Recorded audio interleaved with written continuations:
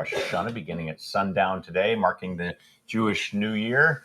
But did you know the day is also known as the birth of humankind, a time for some reflection, renewal, and lessons really anybody can learn? Joining us now to talk more about these traditions is Allison Josephs, who founded the nonprofit Jew in the City, using some humor to break stereotypes about religious Jews. Thanks for being here this morning. Let's start with the idea that Rosh Hashanah is the birthday of humankind. What does that mean? So it's the birthday of humankind in that if you look back to the creation of the world, and there are plenty of religious Jews that believe in a non-literal reading of the creation story, but more like the symbolic creation of the world in 7 days. It could have been longer than 7 literal days. The idea is that we're supposed to stop and reflect sort of what was I created for? What was my purpose here? The story in creation tells us that all the other species were created en masse. But when it comes to Adam and Eve, they were created individually. There was an individual purpose of saying, sort of, the whole world was created for me. What am I here to do? And it's not from a place of arrogance, but rather I was uniquely put into this world to fulfill a specific purpose. And as the new year comes around and I reflect on my existence in this world, it's a chance to say, am I accomplishing my purpose here? I love the tradition of eating apples and honey. Can you explain what the bigger lesson is behind that sweet tradition? Sure. So, apples and honey on a basic level is just sort of like a sweet sign for the new year that our year should be brought in with joy. But there's two different sweetnesses when it comes to apples and honey.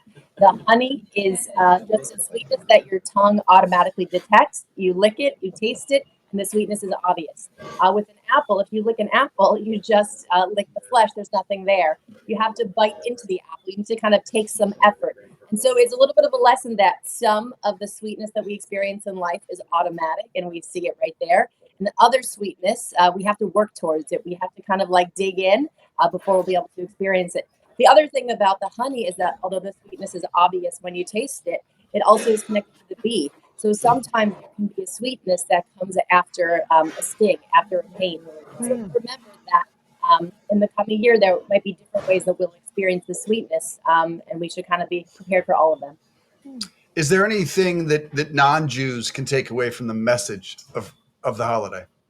So, I mean, a major other theme of the holiday is the ram's horn, the shofar, that is blown during services now and then through Yom Kippur. And it's really kind of like almost an alarm of like a wake up call.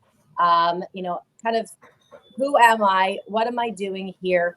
The Jewish people are really a people of reflection. And yes, life is supposed to be joyous and we're supposed to, kind of get the most out of life. But as Socrates said, the unexamined life is not worth living. So this is certainly a universal value that life should be examined. But, we're not staying up, with New Year's parties and, watching the apple fall. We're dipping our apple into honey instead. But rather, it's a time to celebrate. But it's really a time to say another year has passed. Have I fulfilled my purpose in this world? And what can I do now in the coming year to get closer to having a more meaningful life, a more purposeful life? And I think right now in this age of, there's really mass mental health issues, social media addiction, a lack of understanding even the sanctity of human life, as we've seen with, recent events around the Charlie Kirk assassination. To be able to, renew yourself and pull yourself out of that and say, my time on this planet is limited. What will I do now as 1 year is coming to a close and a new year is beginning? That's a lesson that all of humanity should be able to benefit from. Also a special time, right, for families to get together and have that sort of bonding with no cell phones on the table, during dinner. Anything special that you and your family do around this holiday, or special foods that you particularly love having at your home?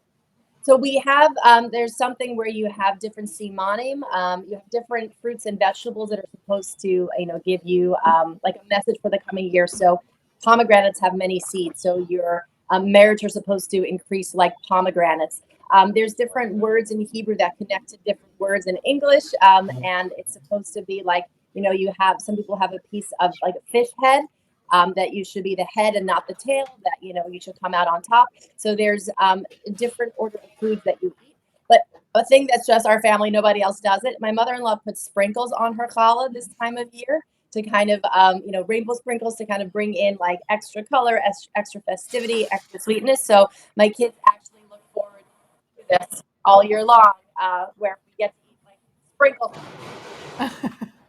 Oh, I love that. We're all for Yes. rainbow sprinkles. Just finally, where can we find you on social media, and what are you hoping to do with all the feeds? I'm sorry, I just didn't hear that last question. What did you say again? Where can we find you on social media, and tell us about So, you? Jew in the City. On pretty much every platform you can find Jew in the City. Oh, thank you so much, Allison. I love that. You don't see sprinkles on challah very often, but I can see why her kids will remember that year after year.